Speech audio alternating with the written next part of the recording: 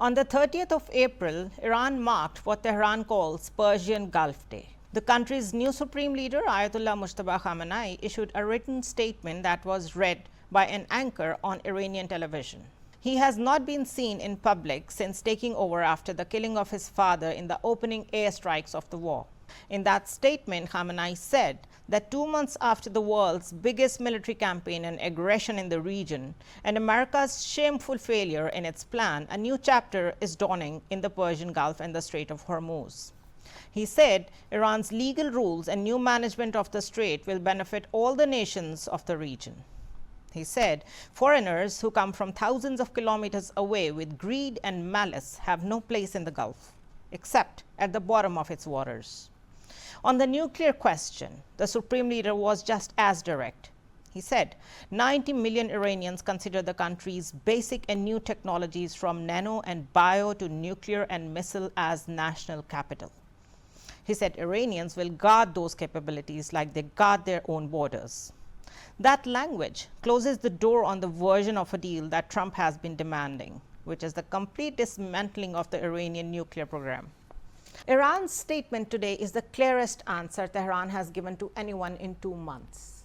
And it is definitely not an answer that Washington was hoping to get. The standard Western reading of Iran since February has been that the country was on the edge of collapse. The supreme leader's father had been killed. The economy was being strangled by the blockade. The oil revenue was at 4% of normal. The Pentagon's own briefing this week called Iran weaker than it has been in decades. Trump told reporters today that the blockade is working well and the Iranians are not getting any money. The expectation in the Washington was that this menu of strikes options would be enough to break what was left of Tehran's negotiation position. Today's statement says that the expectations were wrong. Look at what Khamenei actually said. He did not ask for relief. He did not propose talks. He proposed a new management framework for the Strait of Hormuz with Iran in the chair. He said American forces belong at the bottom of the water. He said the nuclear and missile programs are national capital. That is not the language of a country that is about to fold or bend. That is the language of a country that has decided the cost of resistance is lower than the cost of surrender. And it is the language of a leadership that has done the math on the global economy and concluded that the pain of Hormuz is going on land harder on Washington than on Tehran.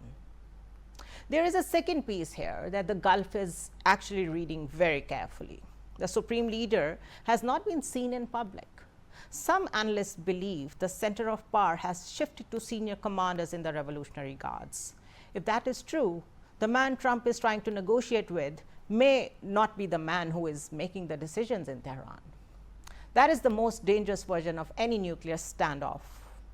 You have an American president who thinks the blockade is a leverage, an Iranian supreme leader who is issuing only written statements, and a chain of command in Tehran that is now running through a military council that has every reason to went to war. Keep going. The strait is the leverage. Hormuz is the message. And tonight, the message back from Tehran is that Iran is willing to manage that strait for a generation if that is what it takes. Let's turn this into a discussion. We have a guest who is a very widely published author and analyst focusing on West Asia and Europe. He's known for his in-depth analysis of the region and most pertinent issues. We have with us Stasa Salacanin. Stasa, forgive me if I'm pronouncing your name in an incorrect manner. Thank you so much for joining us. Can we start with what Khamenei said, actually?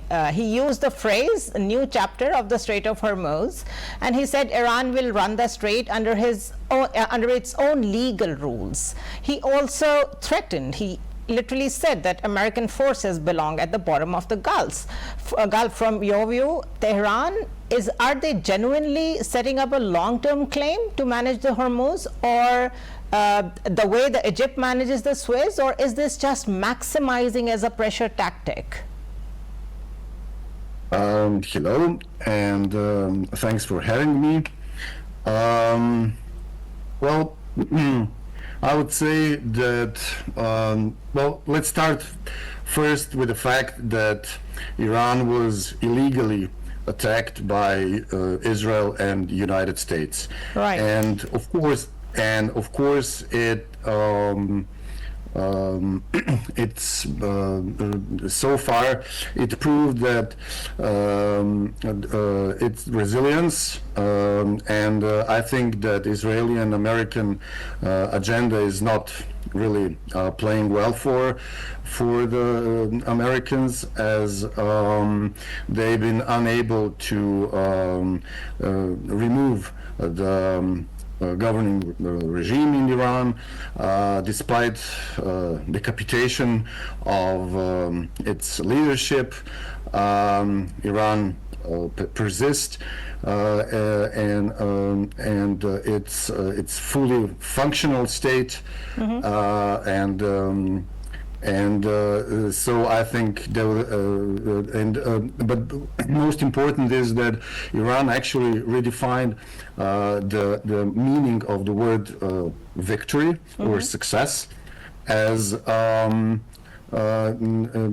it said the much lower threshold for this victory as Iran and Israel. And for Iran, do you think Iran can carry on like this? Like we say that they have the time, they can go on like this for some more time at least, as compared to Washington? I think, yes, definitely. I think Iran is now has proven that it effectively controls the Strait of Hormuz, and I mean, they don't need to control it physically, but it's enough to sink or attack one or two ships, and the damage is done, and the global economy actually stops. So this is their greatest leverage that they have, and they will exploit it until they, as long as they need to. Right. You've talked of leverage, and what we are looking at is that as if this is not an economic strangulation for Iran only now, as President Trump said it is going to be, and the blockade is not only adding to Iran's misery, it's global now, and UN Secretary General endorsed this yesterday.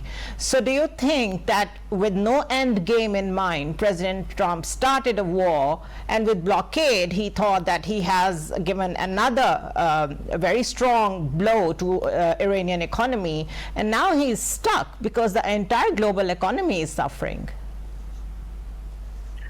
Well, this is the major miscalculation of Donald Trump, and this is something that the analysts warned about a long time ago, that this may happen, and he was just ignoring those threats, and so we are now in a situation where entire global economy is at the verge of the catastrophe, and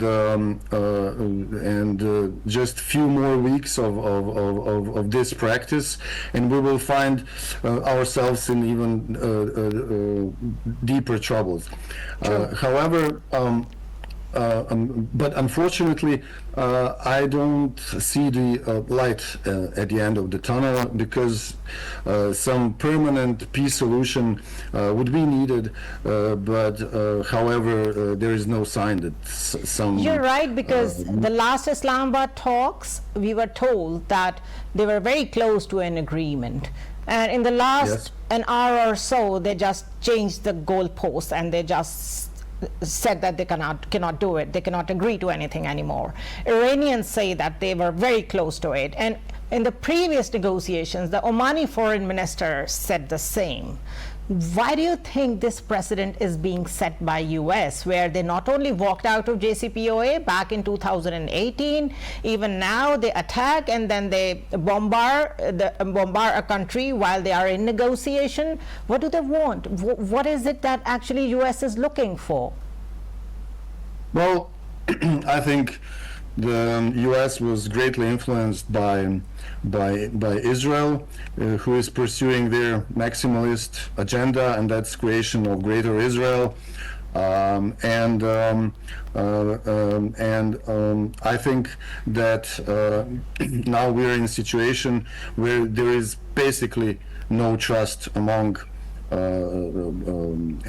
parties involved in this war.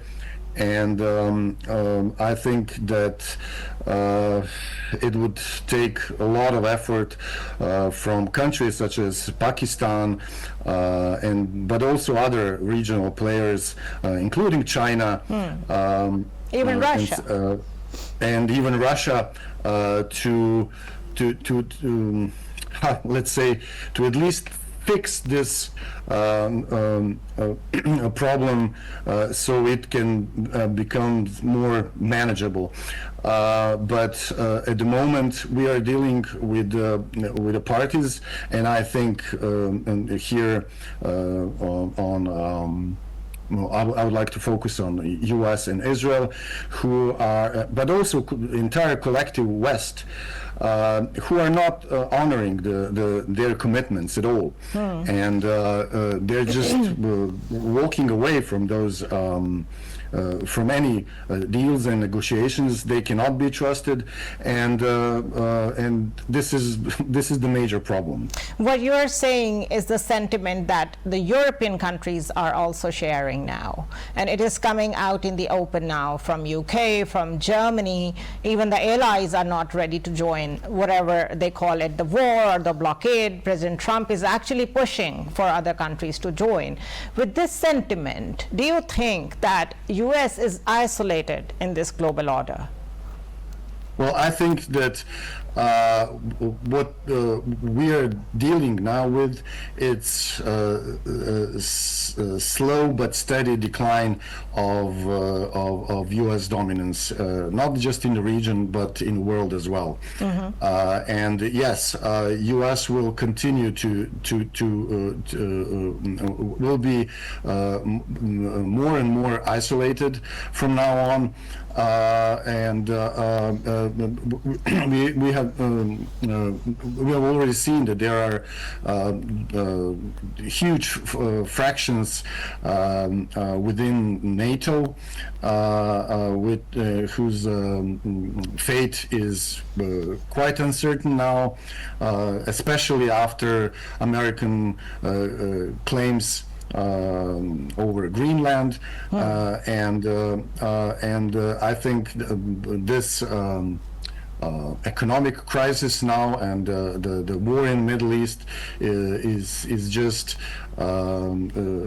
actually adding the fuel to the fire. Thank you so much, Stasa Salacanin, for joining us. It was a pleasure having you on our show.